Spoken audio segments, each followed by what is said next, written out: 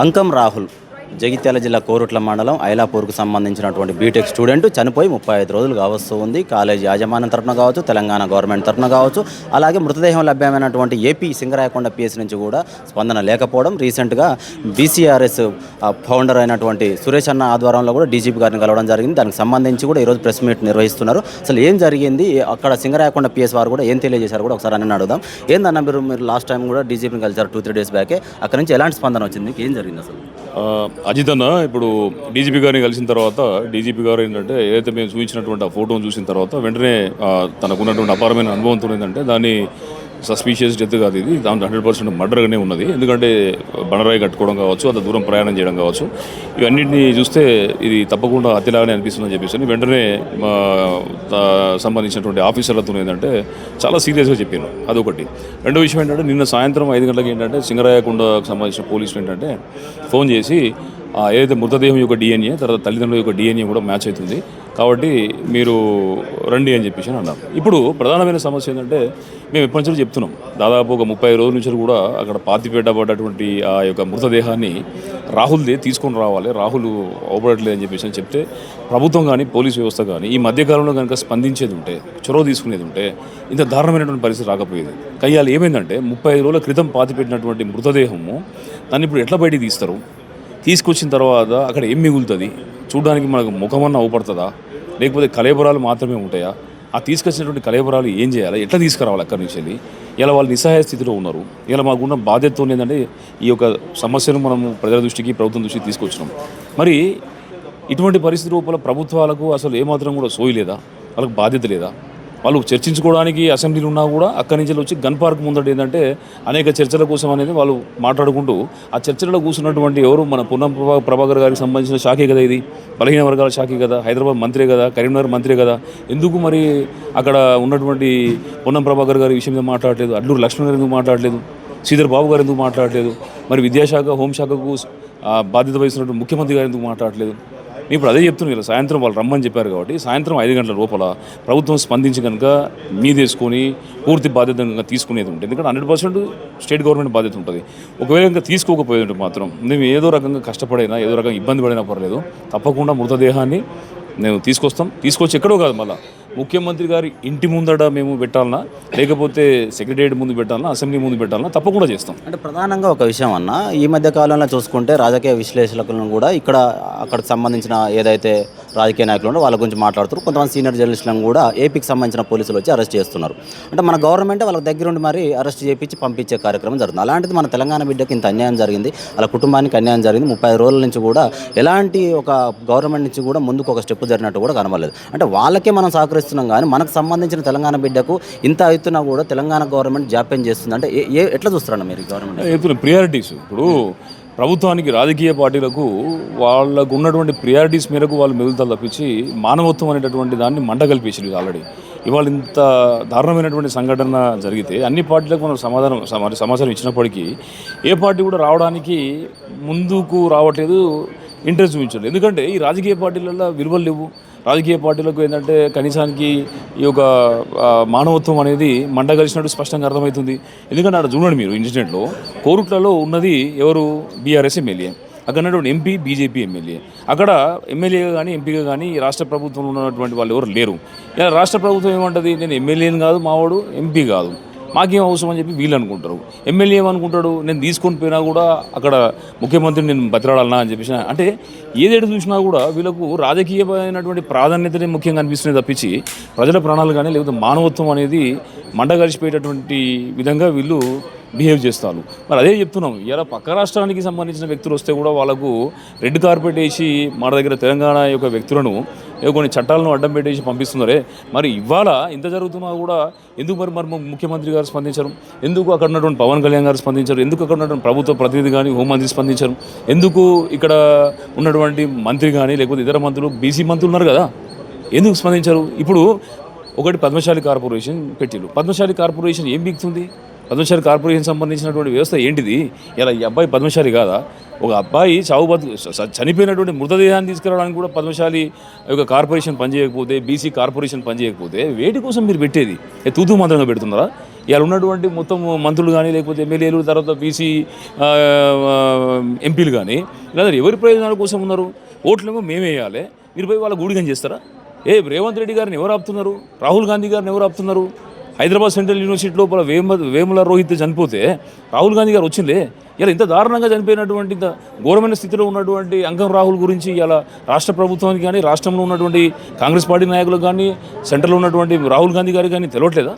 కనబడతలేవా? కళ్ళు లేవా? ఏంది ఇంత దారుణం?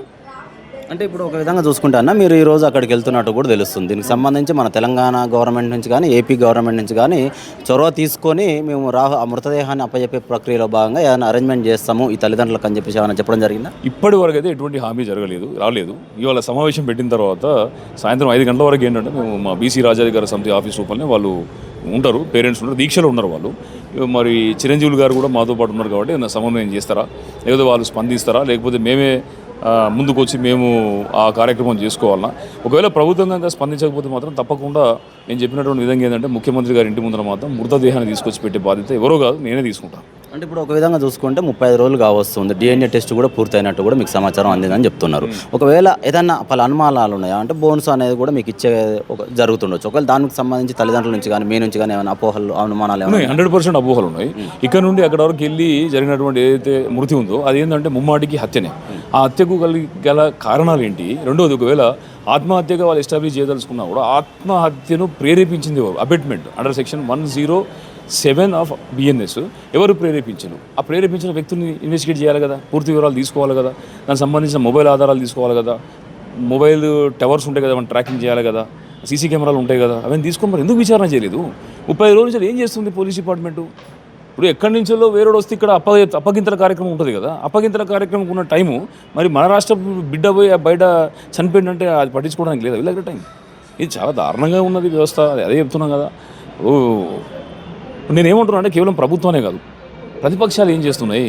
ప్రతిపక్షాలు కూడా సోయి లేదా? ప్రతిపక్షాలకు బాధ్యత లేదా? ప్రతిపక్షాలు ప్రశ్నించడం కాకపోతే వాళ్ళ కొమ్ముగాయడానుకున్నారా వీళ్ళు? ఇది సమస్య. ఫైనల్గా ఆ మృతదేహాన్ని మీరు తీసుకున్న తర్వాత తదుపరి కార్యాచరణ ఏం చేయబోతున్నారు? అంటే ఆ కుటుంబానికి న్యాయం జరగాలంటే ఒక అంకం రాహుల్ మృతదేహాన్ని అప్పచెప్తేనే న్యాయం జరగదు. అంటే జనరల్గా ఏంటి వాళ్ళకు ఒక ఆర్థికంగా కావచ్చు, ఒక ఉద్యోగ పరంగా కావచ్చు, మీ డిమాండ్లలో ఏం చేర్చారు అసలు? ఇప్పుడు ప్రధానంగా 4 అంశాలు ఉన్నాయి. ఒకటి, మృతదేహాన్ని తీసుకొని రావడం, కుటుంబానికి అప్పచెప్పడం. రెండోది, ఈ మృతి వెనుక ఉన్నటువంటి దోషులు ఎవరు వారిని గుర్తించడం, కఠినంగా శిక్షించడం. మూడోది ఏంటంటే ఆ కుటుంబానికి న్యాయం చేయడం. అది కళాశాల నుంచి వెళ్ళి న్యాయం జరగాలి, ఈ రాష్ట్ర ప్రభుత్వం నుంచి న్యాయం జరగాలి. డిలే అయింది. ఇప్పుడు ఈయన యొక్క ఇన్వెస్టిగేషన్ డిలే అవ్వడం వల్ల ఇలా ముఖం కూడా చూసుకునే పరిస్థితి వచ్చింది. కాబట్టి అక్కడ ఆంధ్రప్రదేశ్ ప్రభుత్వం కూడా బాధ్యత వహించి ఎక్స్గ్రేషియా, సోలేషియం అంటారు, అంటే కేవలం ఎక్స్గ్రేషియా అంటే నష్టం జరుగుతాయి. సోలేషియం అంటే ఏంటంటే వ్యక్తి కనుక మానసికమైనటువంటి ఒక ఉద్వేగానికి కానీ మానసికమైన ఇబ్బందికి, కష్టానికి, నరకాన్ని కనుక అనుభవిస్తే, ఎందుకంటే 35 రోజుల నుంచి నిద్ర లేకుండా ఉన్నది ఈ కుటుంబం. 35 రోజుల నుంచి ఏంటంటే వీళ్ళకు ఏడుదామంటే కూడా నీళ్లు రాని పరిస్థితి. సో ఇది మూడోది. 4వ అంశం ఏంటంటే ఈ రాహుల్కి వచ్చినటువంటి పరిస్థితి భవిష్యత్తులో ఏ ఇతర స్టూడెంట్ కూడా మన తెలంగాణ కానీ ఆంధ్ర కానీ దేశంలో రాకుండా ఉండడానికి ఒక చట్టం కావాలి. రాష్ట్రంలో 70 లక్షల మంది విద్యార్థులు చదువుతున్నారు. ఇది రాహుల్ ఒక్కని సమస్య కాదు, ఈ రాష్ట్రంలో రాష్ట్రంలో ఉన్నటువంటి 70 లక్షల మంది విద్యార్థుల సమస్య. ఫీజుల కోసం గుర్తుకొచ్చే తల్లిదండ్రులు కష్టం వచ్చేది ఉంటే మరి మేనేజ్మెంట్లో గుర్తుకు రావట్లేదా? ఎవరి ఆధ్వర్యం లోపల నడుస్తున్నాయి? ప్రభుత్వ నిబంధనల ప్రకారం నడుస్తున్నాయా, లేకపోతే వాళ్ళ సొంత నిబంధనలు ఉన్నాయా?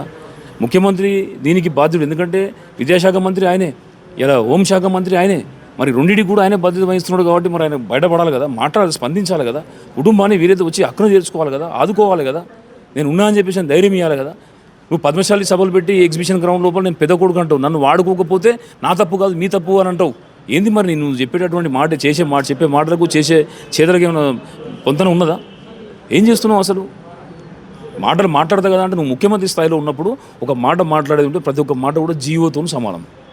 అటువంటిది లూజ్ స్టాక్ చేసి ఏది పడుతుంది మాట్లాడతా, పేగులు తీసి మెడ వేసుకుంటా. ఎవరిని పేగులు తీసి వేసుకుంటావా? దారా నేను మా అంగం రాహుల్ బొక్కల్ని వేసుకుంటున్నా మీద, మా అంగం రాహుల్ బొక్కల్ని తీసుకుని మెడలు వేసుకుంటురా, నా రమ్మంటున్నా నేను. నువ్వు నిజంగానే కనుక నువ్వు పెద్ద కొడుకు అయితే, నిజంగానే నువ్వు పద్మశాలకు ఆరాధ్య దైవం అయితే, నిజంగానే నువ్వు పద్మశాలకు ఏదైనా నువ్వు చేయదలుచుకుంటే, బీసీలకు ఏదైనా చేయదలుచుకునేది ఉంటే, నిజంగానే ఈ రాష్ట్రానికి బాధ్యత ఉన్న ముఖ్యమంత్రి అయితే నువ్వు వచ్చి రాహుల్ యొక్క మృతదేహాన్ని కానీ లేకపోతే ఏంటంటే నువ్వు కలేబరాన్ని కానీ మెడ మీద వేసుకుందిరా, పిలుతాను కదా నేను, ఇద్దరం కలిసి పేద్దాం పన్నాడు. నువ్వు వేసుకుని నేను వెంబడి ఉంటా, తీసుకొద్దాంపా. ఇప్పుడు ఫైనల్గా ఏందన్న అసలు ఈ రోజుతోటి మీరు వాళ్ళు ఒకవేళ ఎలాంటి ఏర్పాట్లు చేయకపోయినప్పటికీ మీరే వెళ్ళే అవకాశం ఉందా? ఎలా ఉంది ఫైనల్గా ఏం నేను అదే చెప్తున్నా, సాయంత్రం 5 గంటల వరకు ఏంటంటే తప్పకుండా మాకు గౌరవం ఉన్నది. మేమేమంటున్నాం అంటే ఇప్పటివరకు ఇంత దారుణం జరిగినా కూడా ఏంటంటే మేము ప్రజాస్వామ్యయుతంగానే పోరాడుతున్నాం, ప్రజాస్వామ్యయుతంగా ఉందని తప్పించి ఎక్కడ కూడా మేము ప్రజాస్వామ్యాన్ని కానీ మేము ఒక విధులను కానీ మేము అతిక్రమించలేదు. ఇప్పటికైనా కూడా ఏంటంటే ప్రభుత్వం మా యొక్క ఆత్మగౌరవాన్ని మాకు ఉన్నటువంటి సామాజిక బాధ్యతను గౌరవిస్తే పద్ధతిగా ఉంటుంది. మేము ఇట్లనే చేస్తాం, మేము ఎవరిని గౌరవించాం, అసలు ఇది ప్రజలు కాదు, ప్రాథమిక హక్కులు లేవు, మేము ఎట్లా పడితే అట్లా చేస్తాం, ఇది అధికారం ఉన్నది కావచ్చు అనుకుంటే మాత్రం తప్పకుండా గుణపాఠం ఉంటుంది. రెండో విషయం ఏంటంటే ఇవాళ ఎవరు పట్టించుకోకపోయినా కూడా ఒక భగవంతుడు, ఒక నేచర్ అనేది ఉన్నది. తప్పకుండా మేము ఎవరం పనిష్మెంట్ చేయకపోయినా కూడా నేచర్ ఒకటి ఉంటుంది. గతంలో ఏం జరిగిందో తెలుసు మీకు వైఎస్ రాజశేఖర రెడ్డి గారి యొక్క విషయం లోపల. ఏంటంటే ఎప్పుడో కానీ ఎవరు ఎంత గొప్ప వ్యక్తి అయినా కూడా ప్రకృతి చేతి లోపల చాలా చిన్న నీటి బిందువే. కాబట్టి మరి మీరు కనుక రాహుల్ విషయం లోపల కనుక మీరు నిర్లక్ష్యం కనుక ఇంకా చేస్తే ఎవరు కోర్టులు శిక్షించకపోయినా ఇంకెవరు శిక్షించకపోయినా కూడా ప్రకృతి ఉన్నది. ప్రకృతి చేతిలో చాలా దారుణంగా శిక్షింపబడతారు. రాహుల్ యొక్క ఉసురు ఈ రాష్ట్ర ప్రభుత్వానికి, రాష్ట్ర ముఖ్యమంత్రి గారికి, ఈ యొక్క వర్గాలకు చెందినటువంటి బిడ్డలైనప్పటికీ కూడా ఇప్పటి వరకు రాహుల్ని పరామర్శించకుండా ఉన్నటువంటి బలహీన వర్గాల ఎమ్మెల్యేలు, ఎంపీలు, మినిస్టర్లు అందరికీ కూడా రాహుల్ ఉసురు తప్పకుండా తగులుతుంది. మరి వచ్చి మరి ఆదుకొని బాధ్యతను నిర్వర్తిస్తారా, లేకపోతే ఏంటంటే పట్టించుకోకుండా ఉండేందంటే మరి ఎదుర్కొంటారా ప్రకృతిని అనేది అదొకటి మేము ఎదురు చూస్తాం.